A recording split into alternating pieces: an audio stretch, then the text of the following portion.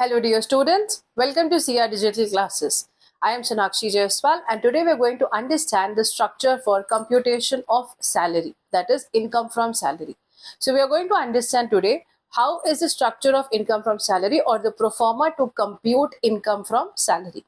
This structure is divided, as you can see, in four basic parts, that is salary, allowances, perquisites, profit in lieu of salary, and the last part is deduction. So that is the reason why I am saying that the entire pro forma can be divided into five major parts, which is salary, allowances, perquisites, profits in lieu of salary, and deductions. Okay. First, we are going to see what are the items that are covered under salary. As you can see here, it is basic salary or basic pay, bonus, commission, fees, overtime remuneration, leave encashment, employer's contribution to RPF, interest credited to RPF. Now, these are the major items that you will find in your exam also in a similar pattern, and you are going to put all of these items under the head salary. Okay, here it may come as basic salary or basic pay. Now, for all of these items, you do not have any adjustment to do. All you have to do is take the value and put it in the pro forma. But you have to be careful on one thing, that whether the value given to you is monthly or annually, because in this pro forma we are always going to take the annual values. So just in case, let's say basic pay 7,500 per month is given to you, you will multiply the same value with 12, that is change it to annual values. Any of these values which are given to you on monthly basis have to be converted into annual basis. And how do we convert that? By multiplying with 12. Okay. Now, the one thing that you have to calculate or go ahead with the adjustment part is this part, which is employer's contribution to RPF. You must have already watched the previous video where we have explained to you about the different types of provident fund. Okay, so here we are going to you are going to see in your exam also about employer's contribution to RPF. It is given to you that in excess of prescribed limit. Here the prescribed limit is 12.5%, and here interest credited to RPF is in excess of 9.5%. Now let's say in the question it is given to you that the employer's contribution to RPF is 13.5%. Now what will you do? So it means that up to 12.5% it is tax free. If it is beyond 12.5%, that much amount will be taxable. Now in case in the exam it is 13.5%, what you will have to do is deduct 12.5% and then you will get 1%. So this 1% value is taxable. Okay, only that value you will put in the pro forma. The same applies with interest credited to RPF.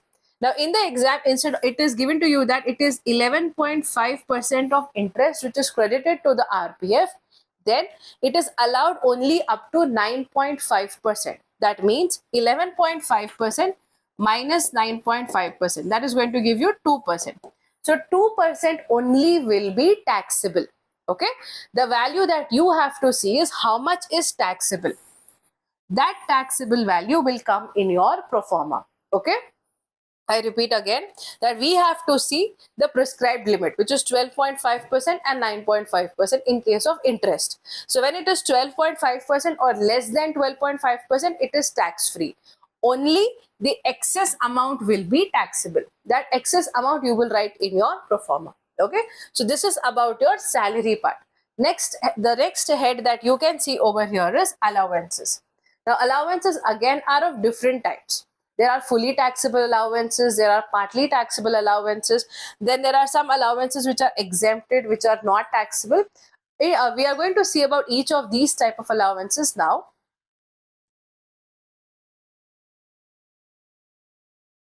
As you can see here, there are some allowances which are fully taxable. Now, fully taxable allowances are your dearness allowance, city compensatory allowance, marriage allowance. Any of these allowances that you see are fully taxable. That means whatever amount is given to you in the question, the same amount you will write in your pro forma. There is no adjustment to it, no exemption, nothing. Okay, same amount has to be there in your pro forma. These are your fully taxable allowances. Then there are some allowances which are partly taxable. That means they are partly exempted and partly taxable.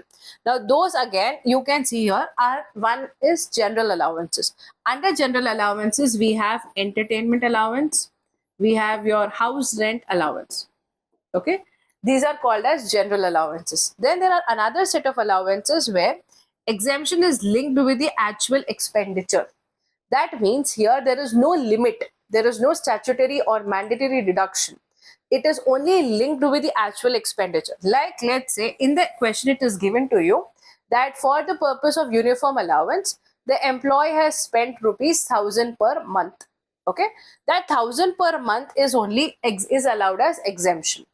Okay, now I'll give an example. In the question sometimes it will be given to you that uniform allowance is given as 15,000, but the employee has spent only rupees 12,000. So this 12,000 which the employee has spent, that much amount only is allowed as exemption. That means of this 15,000 which was given to the employee by the company, he has used only 12,000. So 3,000 will be taxable. This is the meaning of these type of allowances. All of these type of allowances are linked with the amount that the employee has spent towards that particular item. So again, exemption will be only on actual expenditure or actual spending of the employee. So how much ever the company is giving, let's say of this 15,000, the employee has spent only 10,000. So how much will be taxable? 5,000 will be taxable. That means based on the expenditure that the employee is spending, that much amount is allowed as exemption. Remaining amount will be taxable. Okay, so this applies to uniform allowance, daily allowance, conveyance allowance, and transfer allowance. Any of these allowances that you see in the question, you need to memorize that it is based on the amount of expenditure spent. How much ever amount is spent, that much amount is allowed as exemption. Okay, that is related to the second type of allowances. The next type of allowances that you see here is exemption is not linked with the actual expenditure. That means in this case there are some statutory limits. Okay, now in case of children education, it is allowed as up to 100 rupees per month per child. Now this is allowed only for 2 children. Okay, children education allowance or in general any allowance, any benefit given to the families is allowed only for 2 children. That means if the assessee is having 3 children, this benefit will not be applicable for the third child. It is applicable only for 2 children. So how much is the children education allowance? It is 100 rupees per month. That means 1200 annually. That is the exemption which is allowed for children education. Next is for children hostel allowance. This is again applicable as rupees 300 per month per child. That is, if the person is having 2 children, so it is 300 into 2, that is 600 into 12. That is how you will calculate the children hostel allowance. Coming to transport allowance. Now transport allowance, it is fully taxable in case of a normal person. But if the person is physically challenged, in that case, the exemption is allowed up to rupees 3,200 per month. Okay, so transport allowance in case of normal person is fully taxable, whereas if the assessee is physically challenged, in that case 3,200 is the amount which is allowed as exemption. Okay, I hope allowances are clear to you, where you see some allowances which are fully taxable. Then there are some allowances where we are going to do in detail about entertainment allowance and house rent allowance.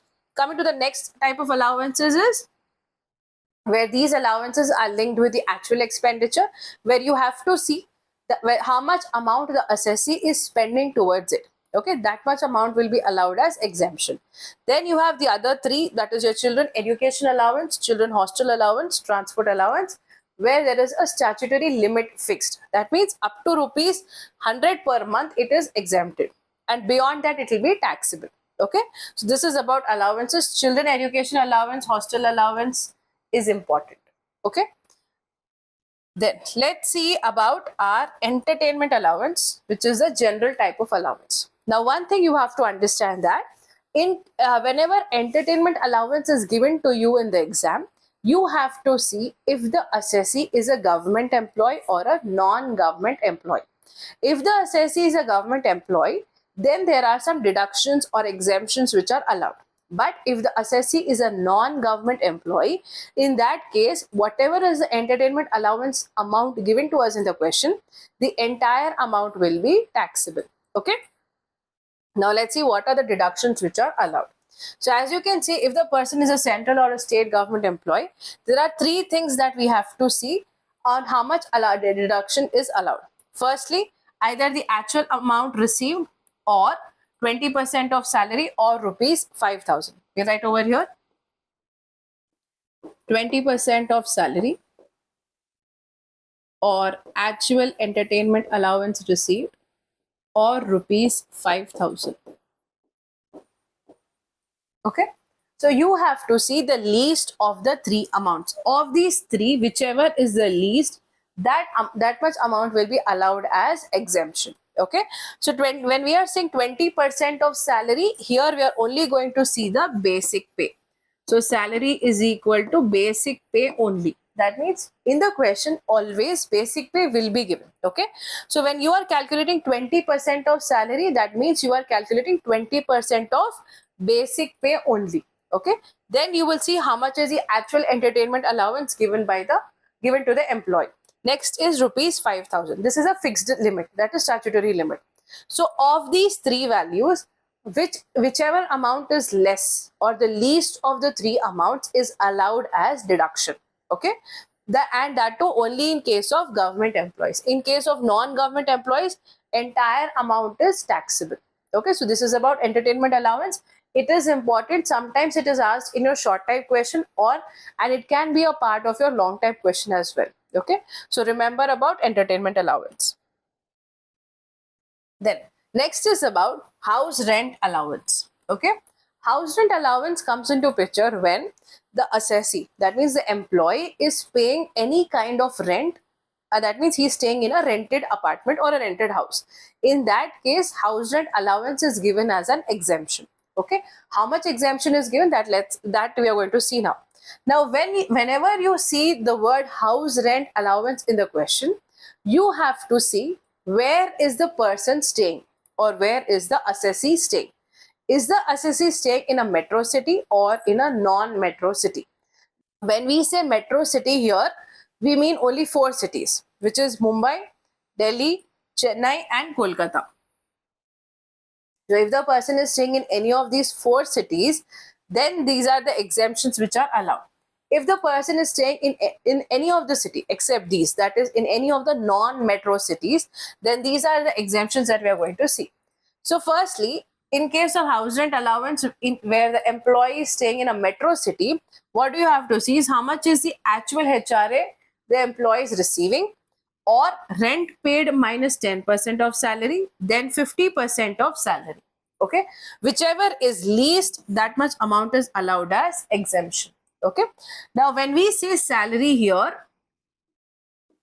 by salary we mean basic pay plus dearness allowance only if it is entering retirement benefits. Okay. Plus commission. Sometimes instead of dearness allowance, it may be given to you as dearness pay. So only if it is given to you as dearness pay, then you will add over here. Otherwise, you will not consider dearness allowance. Or either it should be given in the question that dearness allowance enters retirement benefits. In that case only, we will consider dearness allowance. Okay. Again, either dearness pay, or if the dearness allowance is entering retirement benefits, then you will add over here. Okay. Otherwise, you will only take basic pay, commission, whatever is given in the question. Okay. So as I told you, we are going to see the least of the three amounts, either actual HRA received or the rent paid minus 10% of salary, 50% of salary. Whichever is the least will be allowed as exemption. Okay. Now let's say it is given as HRA given by the employer is 20,000.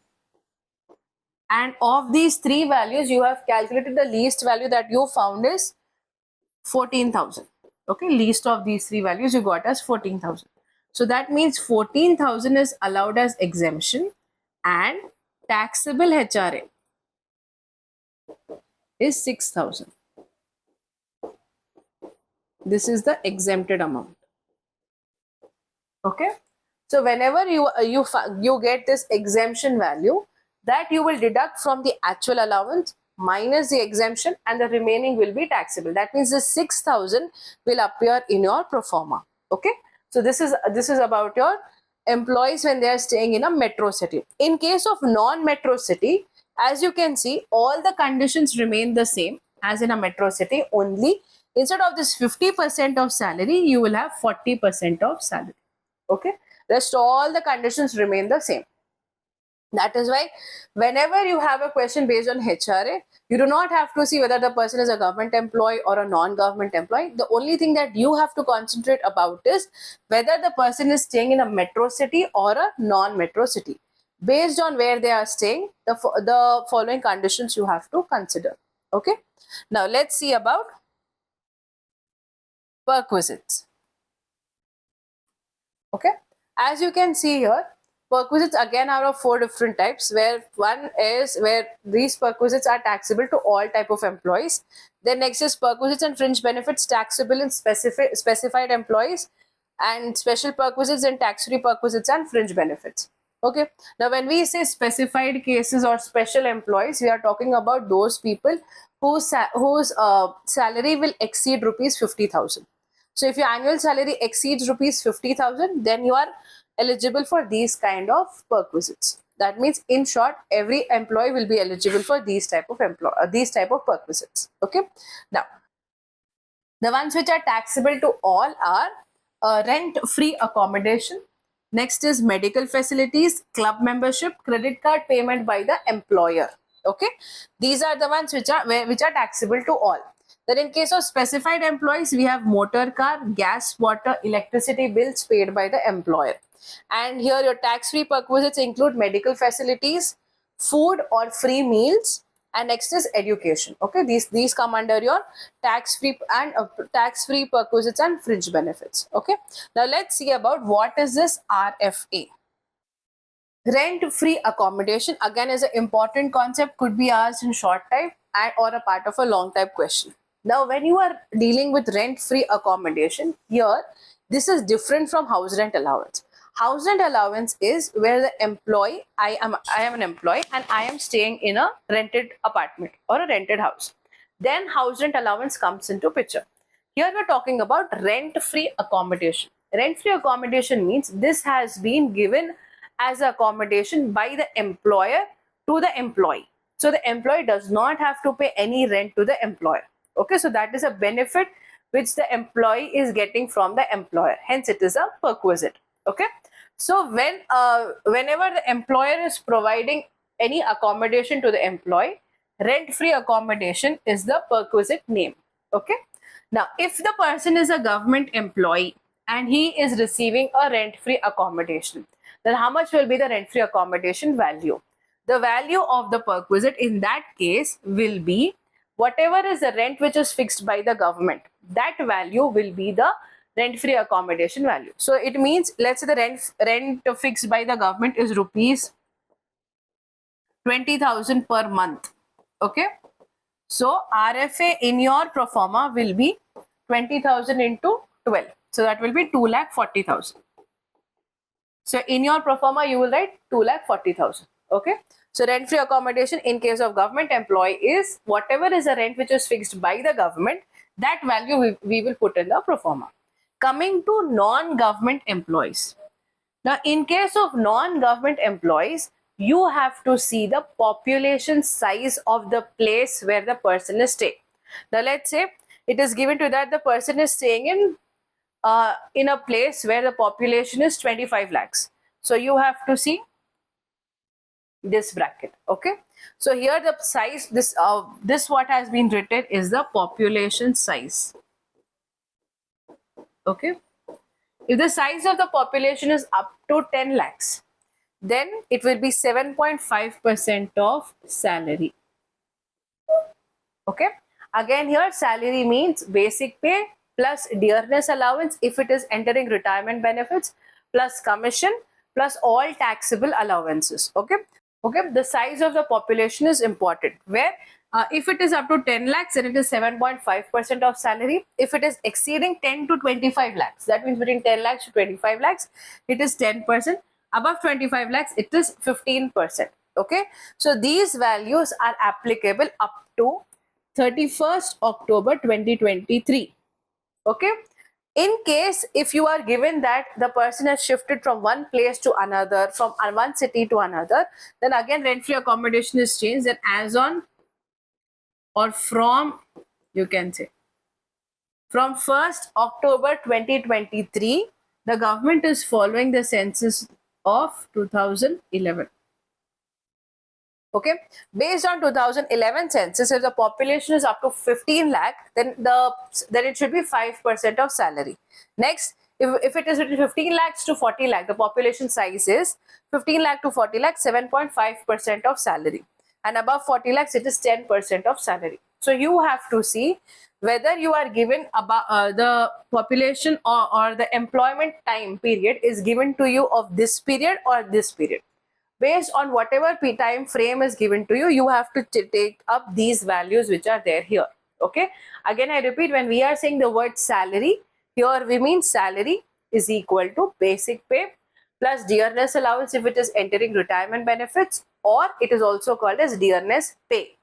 Okay, then any commission which is given to you in the question, plus all taxable allowances like your DA, CCA, all of these should be added. That together will constitute the word salary here, and you have to take 7.5% of that value.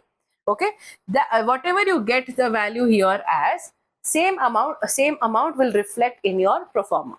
Okay, this is about when the employer is giving you an accommodation with no furniture. Okay, it is a case of unfurnished accommodation. In case the employer is giving you a furnished accommodation, that means any kind of furniture is being given to you by the employer, then what do you have to do? If the cost of the furniture is given, we will take 10% cost of furniture. Okay, let's say if it is given to you that the employer has provided furniture, or how do we say, a TV set whose value, or the value of the TV set is 15,000. So what will you do? You will take only 10% of the cost of the furniture. Okay, then if the employer has took any of these furniture items on rent or hire, now let's say because it is summer, so the employer has took some coolers on rent and is giving to the employee. So whatever are the rental charges the employer is paying or the higher charges he is paying, that value you will add. Okay, so higher charges, whatever is the higher charge, full amount we will take.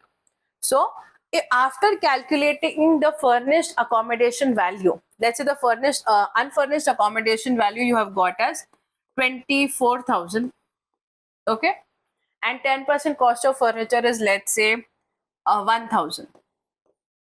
So this full 25,000 will be taxable. So if furniture is given, you have to look for these. If no furniture is given, this calculation what we have just understood, only that you will consider. In case it is furnished accommodation, what do you have to do is, if the furniture is bought by the employer, only 10% cost of furniture.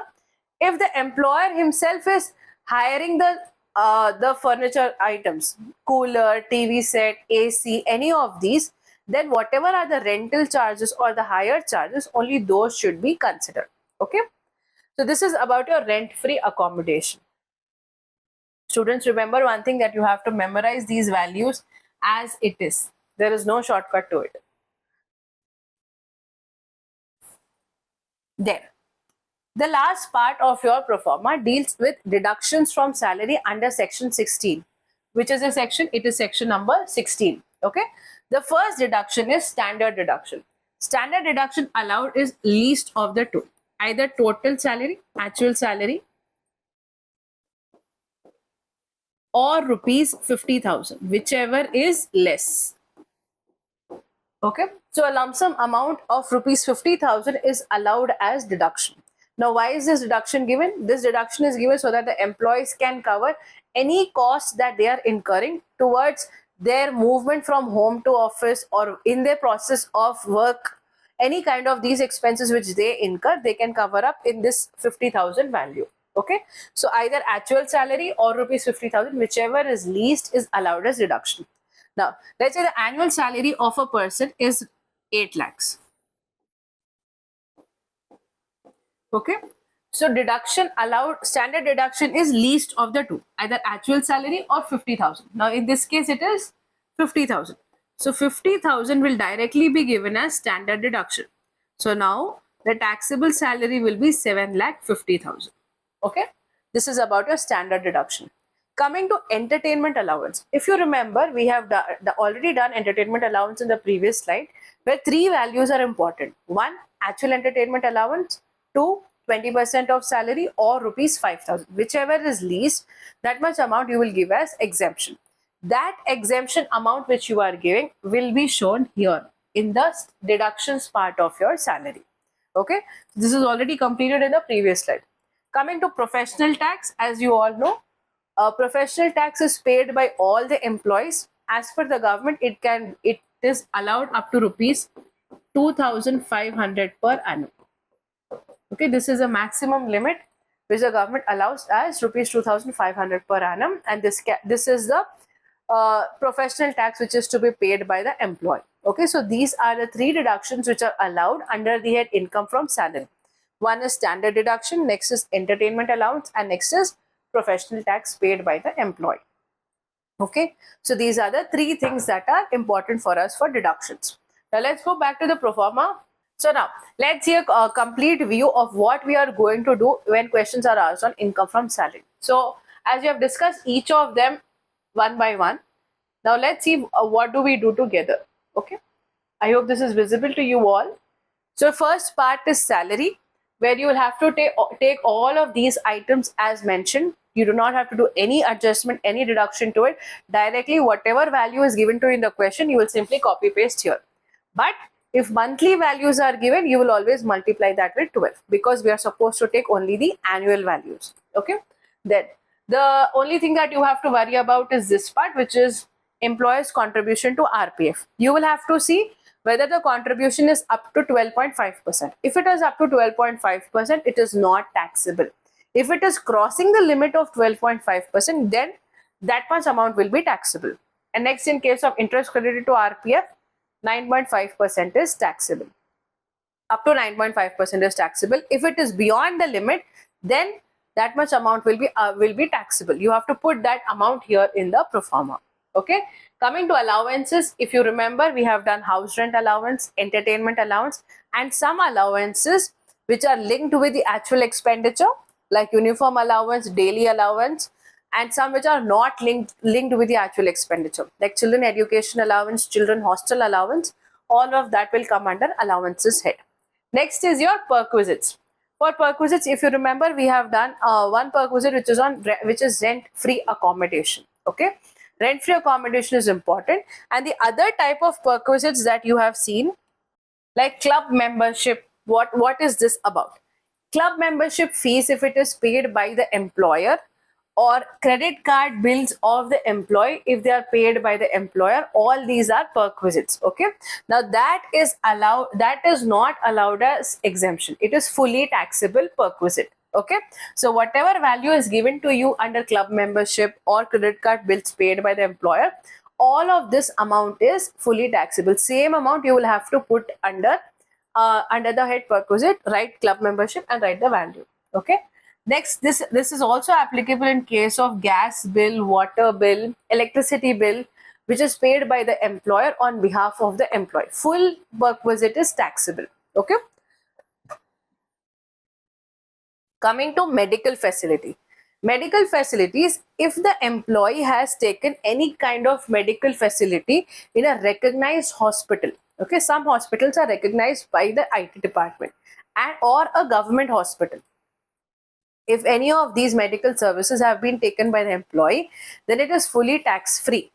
But if the employee has gone for any kind of non-recognized hospitals, that is unrecognized hospitals or non-government hospitals, then there is a different calculation for it.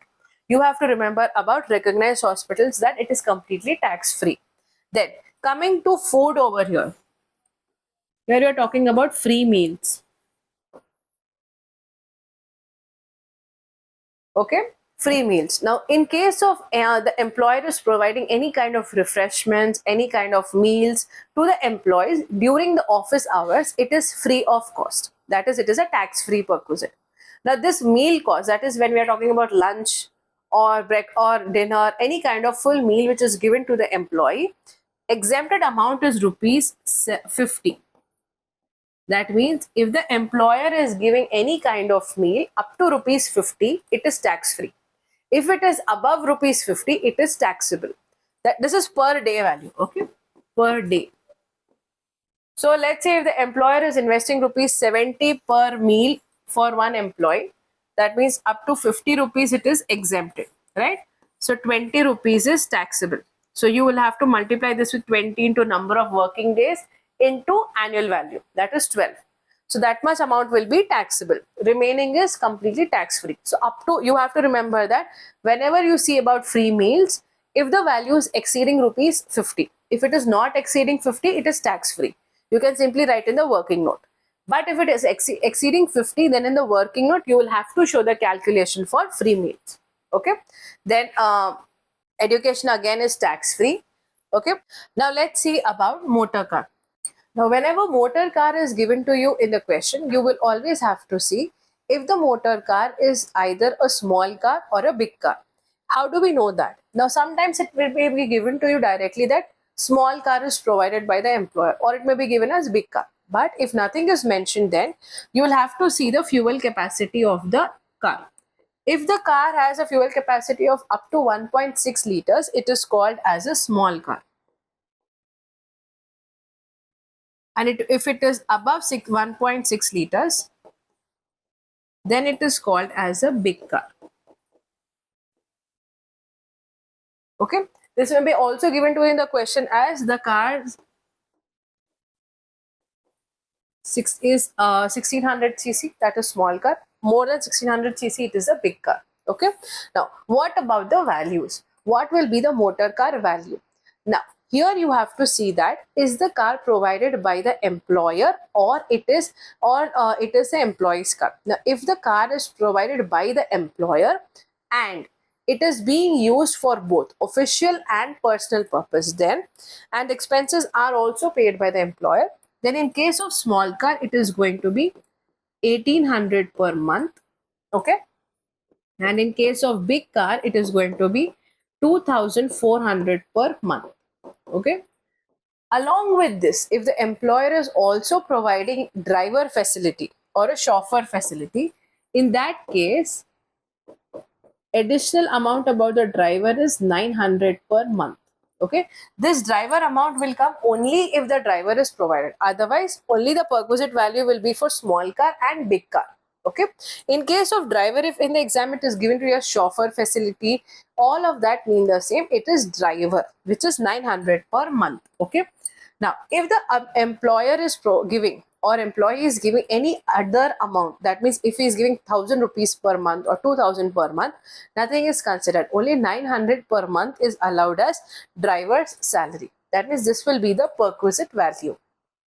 This is the case where the this car amount, whatever facility is provided, is by the employer and the expenses also are paid by the employer. If the same, it is used partly for business and partly for personal purpose, but the expenses are paid by the employee, then in case of small car it is going to be 600 per month, and in case of big car it will be 900 per month. Okay, this is when the employee is paying, when the employee is paying the expenses. If it is a small car, it will be 600 per month. In case of big car, it will be 900 per month. Okay. Again, I repeat, driver salary you will include only when that facility is provided to you or provided in the question. If nothing is mentioned about the driver, the only values that you will consider is 1800, 600 in case of employee paying the expenditure, 2400 big car, employer is paying the expenditure, 900 per month when the employee is paying the expenditure.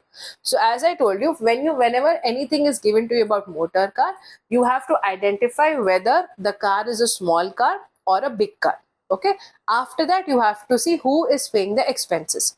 If the employer is paying the expenses, then it is going to be these values. If the employee is paying the expenses, it is going to be these values, 600 and 900. Driver's salary is same. Whoever is paying the expenses, it is always going to be 900 per month. So after you have calculated this 1800 per month plus driver's salary, if driver is provided, okay, it will be given in the question separately that driver is also provided. Okay, this is about your motor car perquisite. So yes, all of these perquisites we have covered, which are mostly asked in your exam. And then we have also covered deductions. There are 3 deductions which are important for you to remember also. Could be asked as a short type question, where one is your standard deduction, next is your entertainment allowance, and next is the last one is professional tax paid by the employee. Okay, so these comes under your deductions. That means these values have to be subtracted from the gross salary. Okay, so this is what we have discussed in this video, where we have covered salary, allowances, perquisites, and deductions. Now, the reason why I am not using the word profit and loss of salary is this video has been targeting towards your exam. So from your exam point of view, all the items which are important have been covered in this video. So please go through the video again and solve problems related to these type of allowances and perquisites, and also look for the coming videos where we have already solved few previous year questions, so that you will be able to relate this video and you will be able to solve the problems better. Please look into the practice questions also and refer the video for you to solve the problems efficiently. Okay, now another tip for your exam is, let's say in the exam you are not able to identify whether an item is allowance or a perquisite. Simply whatever is given in the question, put the values as it is. You do not have to give these headings then. Okay, if you remember, you can identify that yes, this value is allowance, this value is perquisite, then you may put up these headings as it is. Otherwise, if you are not able to identify whether a particular item is a perquisite or allowance, simply don't give these headings. You can directly write the items as it is. Okay, you will still be given marks. Now the total of all of these, as you can see here, is gross salary. From this you will have to deduct the deductions, and the final answer will be your income from salary.